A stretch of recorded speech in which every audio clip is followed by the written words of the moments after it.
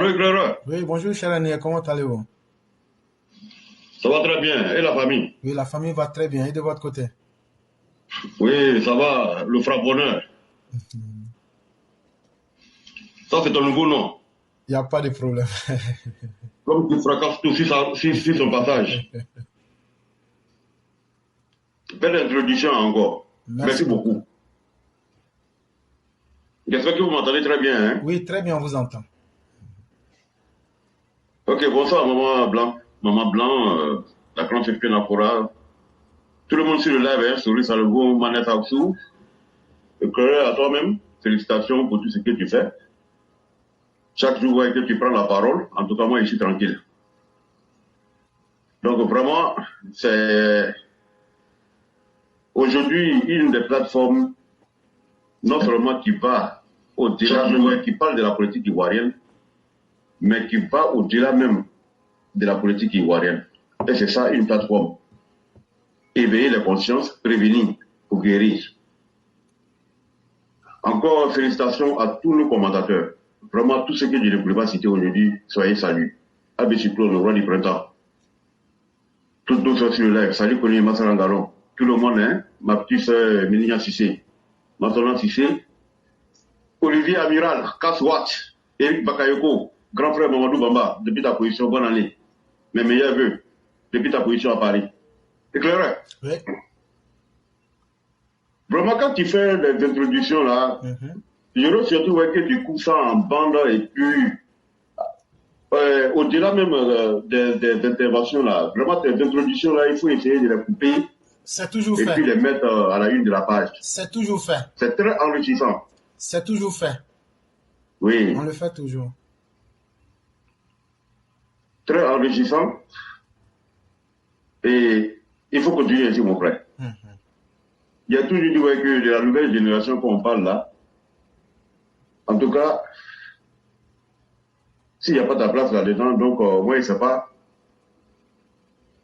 qu'est-ce qui se passerait sur la scène sociale en Côte d'Ivoire. Je ne dirais pas politique. Voilà. Donc, c'était pour une fois te rappeler ça. Parce qu'on peut avoir des qualités, mais il faut toujours des gens pour te le rappeler. Pour te le rappeler, pour que tu saches au moins qu'est-ce que tu vaux. On ne peut pas se vanter soi-même. Mais des personnes intelligentes qui t'écoutent ne viennent pas juste pour écouter l'émission, mais ils viennent pour apprendre. Et c'est ça qui fait la différence de la plateforme et les autres. Ils ne viennent pas ici pour crier. Tu ne parles pas dans le vent. Tu ne fais pas la part belle à personne, mais tu parles de la Côte d'Ivoire. Donc ceux qui ne comprennent pas cela peuvent aller encore se recultiver pour qu'ils comprennent qu'on ne s'amuse pas avec la vie humaine. Et tu le dis toujours. Et c'est pourquoi moi je vais continuer toujours à te féliciter. Mon intervention aujourd'hui, c'est pour faire ton apologie. Pour que certaines personnes comprennent qu'on ne peut pas s'amuser avec la vie humaine et puis s'asseoir et puis venir demander encore à ces mêmes personnes-là de lui faire la part belle. Je vais parler de l'opposition. Moi, quand je parle de la politique de la Côte d'Ivoire, et que souvent les gens sont concentrés en termes de région, de religion, d'ethnie, moi je me dis que on a encore un long parcours à faire. Malheureusement, l'opposition est venue donner cette morphologie à la politique ivoirienne aujourd'hui. Mais où allons-nous? La masse n'est pas éduquée. Mais des gens comme Blé Goudé, si ils arrivent aujourd'hui à parler en Côte d'Ivoire de la politique, mais vous devez comprendre qu'il y a un long chemin à faire. Des gens qui n'ont aucun niveau intellectuel, où aujourd'hui le monde part à 300 000 à l'heure à cause de la nouvelle technologie. Les gens comme les Blé Goudé, ils ont quel niveau intellectuel? Ils ont quel niveau éducationnel? Ils sont allés où? Ils ont quelle formation politique? Ils ont quelle formation intellectuelle? Ils ont quelle formation économique? Mais personne ne peut parler aujourd'hui de la politique. Personne ne peut dire aujourd'hui qu'il va diriger la Côte d'Ivoire, mais sans avoir un bagage d'économiste. La Côte d'Ivoire regorge beaucoup de ressources. Si vous avez eu un grand bagage intellectuel, un grand niveau intellectuel, si vous était parti loin à l'école, mais la Côte d'Ivoire aurait rivalisé aujourd'hui des pays comme l'Afrique du Sud. Je n'irai pas en Occident. Il faut être quand même réaliste. La Côte d'Ivoire pouvait tenir tête aux pays, des pays comme aujourd'hui l'Afrique du Sud, des pays comme l'Égypte. Mais c'est parce qu'Oufou n'a pas été suffisamment instruit que la Côte d'Ivoire aujourd'hui à ce niveau-là. Parce que tout compte fait pour diriger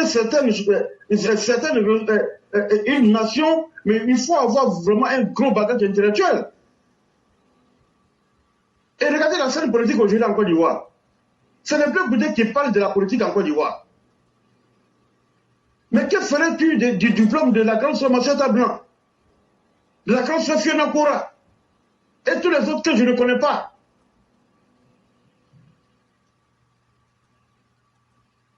Tout le monde aujourd'hui craint l'après Ouattara parce que aujourd'hui, quand nous regardons là où le président Ouattara a mis aujourd'hui la Côte d'Ivoire, mais ce ne sont pas les plaisantins qui vont venir s'asseoir sur le trône. Pour aujourd'hui négocier avec l'Occident, mais il faut avoir des bagages intellectuels comme le président Alassane Ouattara. Je ne dis pas qu'il n'y en a pas dans son gouvernement, mais le charisme de l'homme. Mais un président Ouattara qui discute avec Macron, mais c'est du gagnant-gagnant, c'est ce qui se fait jusqu'à aujourd'hui. Jusqu'au point où que la France, qui était le premier partenaire économique de la Côte d'Ivoire, aujourd'hui reléguée à 3e position, mais qu'est-ce qui fait cela? Parce que le président Ouattara sait le pour et le contre, et il convainc, sans vaincre. Mais ce sont les grands intellectuels, ce sont les dirigeants, ce sont les visionnaires. Et quand on parle de ça, les gens disent que Blé Goudé a changé. Et c'est les Sérogum que certains qui sont en Europe, aujourd'hui supportent Sérogum. Donc ce qui veut dire qu'aujourd'hui, les enfants qui vont à l'école aujourd'hui auront des bagages intellectuels, mais qui va les diriger? À côté de qui ils vont apprendre? Blé Goudé? C'est à côté de Blé Goudé, nos enfants qui vont à l'école aujourd'hui, qui ont des masters, qui ont tout, vont venir apprendre quoi à côté de Blé Goudé? À côté de Sérogum? Mais c'est la réalité aujourd'hui en Côte d'Ivoire. Et j'ai toujours dit que le leadership national ne se décrète pas. Ceux qui sont aujourd'hui avec le président Ouattara, ils doivent comprendre qu'eux-mêmes là, par leur charisme, par leur bagage intellectuel, par leur vision, ils doivent se démarquer du groupe. Quand on met une équipe qui joue, par exemple, une équipe de football,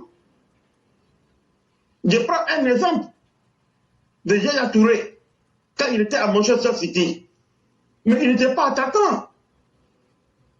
Mais il fut des années où c'est Yaya Touré qui était le meilleur attaquant de Manchester City. Jusqu'au point même quand il ne marque pas, les gens oubliaient ceux-mêmes qui étaient là, comme les attaquants de pointe. Parce qu'il avait la volonté, il avait une vision, il savait se démarquer, il savait marquer au moment qu'il fallait. Et son équipe, à des moments difficiles, ne comptait que sur lui. Oh, il y avait des attaquants.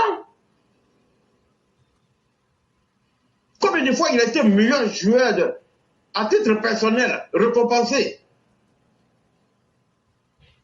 Mais c'est ça une équipe. Mais c'est ce courage que certains n'ont pas. Ils sont tous préoccupés à des détournements. Ils sont tous préoccupés à l'après Ouattara. Mais vous ne pouvez pas diriger le pays tant que vous-même, là, la population ne vous sent pas. Mais il faudrait ce qu'on demande à ces dirigeants-là aujourd'hui, à ces collaborateurs du président Ouattara. Ils ne savent pas se démarquer. Nous tous, nous savons que le président Ouattara n'est pas ce genre de personne qui est égoïste. Il a toujours apprécié le travail bien fait. Pourquoi Begré Mambé est là? C'est parce qu'à un moment donné, il a su relever les défis. Au moins que tout le monde a baissé les bras. Mais nous avons besoin de ces gens de personnes. Mais malheureusement, je dis, le malheur de la Côte d'Ivoire, mon frère éclaireur, c'est que la Côte d'Ivoire n'a pas eu d'opposant responsable. Mais regardez, nous, en Côte d'Ivoire, notre premier... Mais Gbagbo Laurent n'était pas le mieux instruit. Gbagbo Laurent n'est pas parti à l'école. Mais ceux qui ont créé les oppositions en Côte d'Ivoire par le pied de leurs syndicats, mais c'était les grands, éminents professeurs comme les gens comme les Marcel étaient, les gens comme Père leurs âmes, les gens comme Francis Vaudier, Francis Vanga Vaudier, des gens comme Sadi Zaourou. Mais ils n'ont pas été courageux. Ils n'ont pas su s'imposer par leur charisme. Ils n'ont pas su mobiliser la masse au moment qu'on avait besoin du changement. Mais pas un changement radical, comme Gbagbo l'a voulu. Et Gbagbo est venu au devant de la scène par hasard. Voilà ce que la Côte d'Ivoire est en train de subir aujourd'hui. On a l'impression que ce sont des médiocres. Quand ils font beaucoup de bruit, ils font beaucoup de vacarme, des tonneaux vides. Parce que c'est ça. L'Africain aime le bruit. Mais comme eux, par leur diplôme, par leur responsabilité, quand même les Marcel étaient à l'université, mais c'était du respect. Les gens comme les Sadi Zaourou, c'était du respect. Et les Francis Vanga Vaudier, un éminent constitutionnaliste, ils n'ont pas pu s'imposer. Parce que tout simplement, ils n'ont pas su s'assumer. Voilà. Mais quand on a des médias qui sont au devant de la scène, quand on les Blé Goudé, et puis l'histoire veut se répéter. Blé Goudé ne doit pas être parmi les opposants, parmi les leaders de l'opposition de la Côte d'Ivoire. Mais malheureusement, quels sont ces jeunes diplômés aujourd'hui qui ont du caractère, qui ont du leadership, qui peuvent rassembler avec des discours positifs, orienter la jeunesse vers la technologie, vers le monde agricole. Où ils sont? Tout le monde assis tranquillement. Chacun est dans ses petits calculs. Mais je vous le dis, mais il y aura quelqu'un qui va finir de nulle part, qui aura le courage, et les lance un appel solennel à tous les jeunes Ivoiriens qui sont à travers le monde, à tous les jeunes Ivoiriens qui sont sur la scène politique en Côte d'Ivoire, pour ne pas dire sur le continent africain, asiatique, australien. Il y a de la place à prendre en Côte d'Ivoire. Après le président Ouattara, bien sûr. Mais signalez-vous dès maintenant. Parce que la Côte d'Ivoire a besoin aujourd'hui d'un leader responsable. La Côte d'Ivoire a besoin aujourd'hui d'un leader charismatique. La Côte d'Ivoire a besoin aujourd'hui d'un leader de vision. Pour continuer sur la marche. Parce que nous avons l'impression que tous ceux qui sont là aujourd'hui sont préoccupés par l'après-Ouattara. Et je vous le dis et je vous le répète, nous serons ici pour interpeller et éveiller la conscience de tous ces jeunes leaders africains, de tous ces jeunes leaders ivoiriens, rentrés dans vos différents pays. Nul ne va construire nos pays en nos places. Quand on dit qu'il y a la cherté de la vie, le ministère de l'Agriculture prend des machettes et des brouettes pour aller donner à nos sœurs.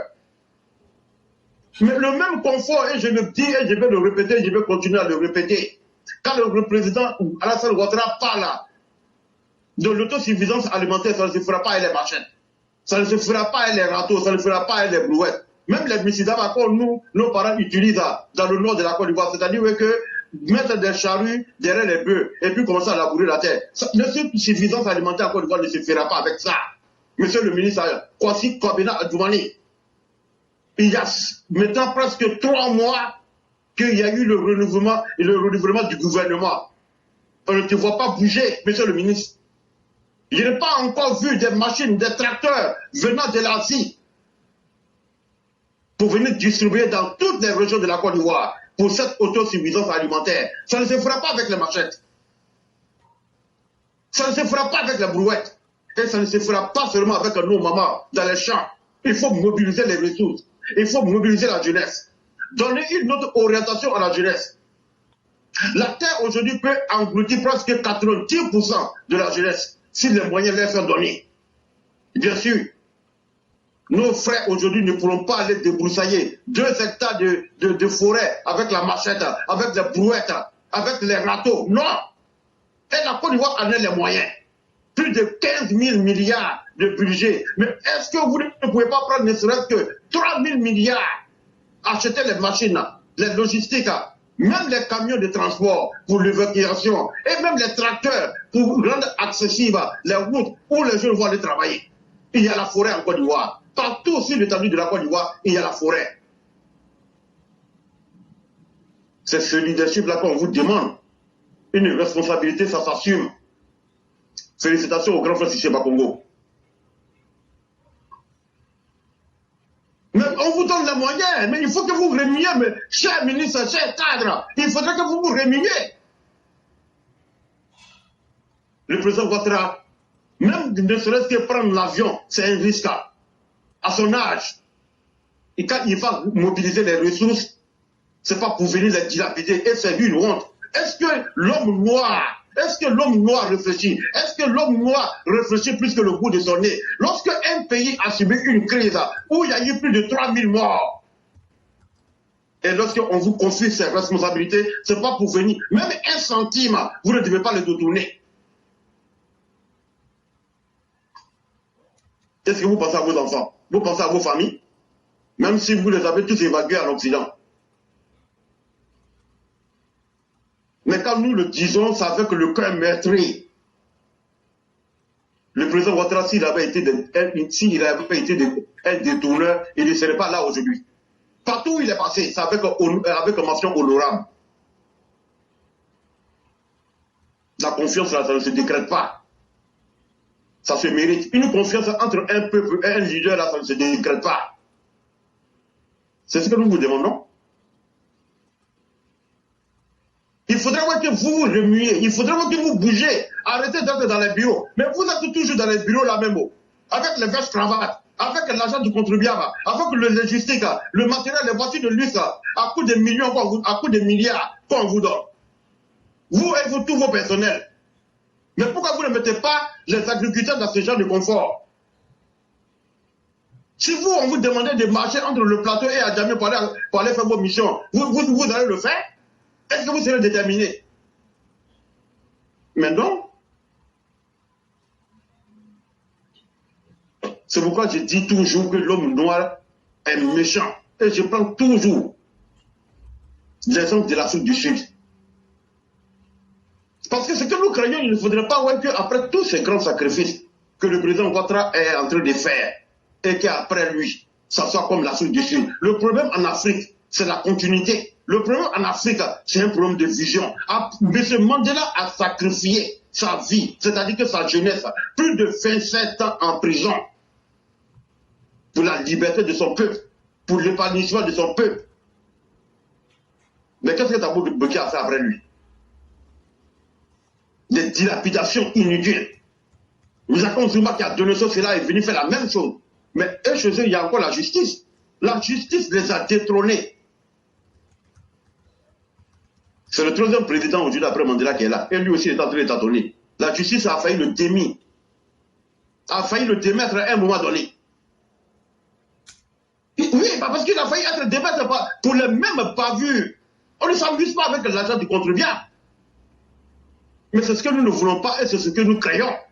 Si aujourd'hui, c'est que le président Ouattara n'a pas pu résoudre, qui pourra le résoudre après lui? Avec le copinage que nous voyons. Les gens sont toujours dans les petits calculs. Et ça les arrange.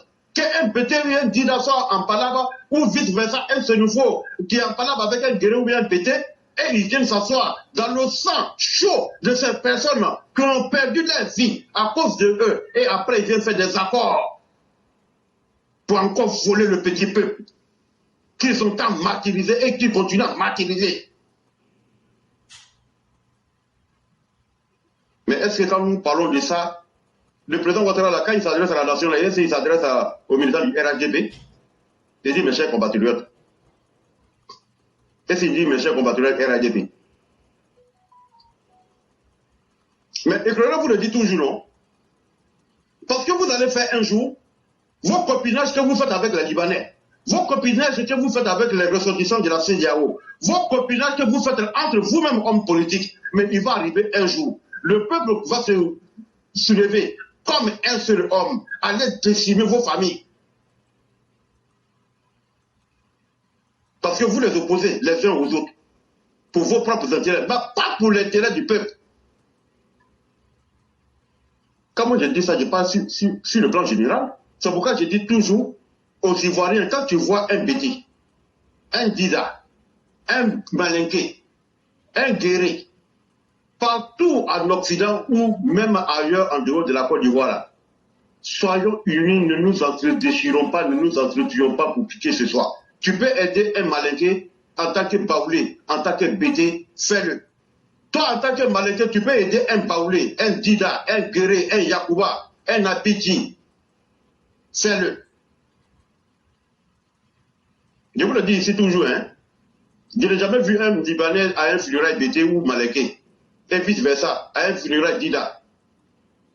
Mais c'est nous-mêmes, on s'entre-déchire, on s'entretue. Et les Libanais, après notre stupidité, viennent s'accaparer de tout avec les ressortissants de la CEDEAO. Par la complicité, pour ceux-mêmes que nous nous tuons. Par la complicité par ceux-mêmes que nous nous entretuons. Je suis sur le live encore, je ne suis pas encore battu. Celui qui dit que c'est vous, faut venir, peut prendre la ligne. Et que va faire trier. Et on va débattre.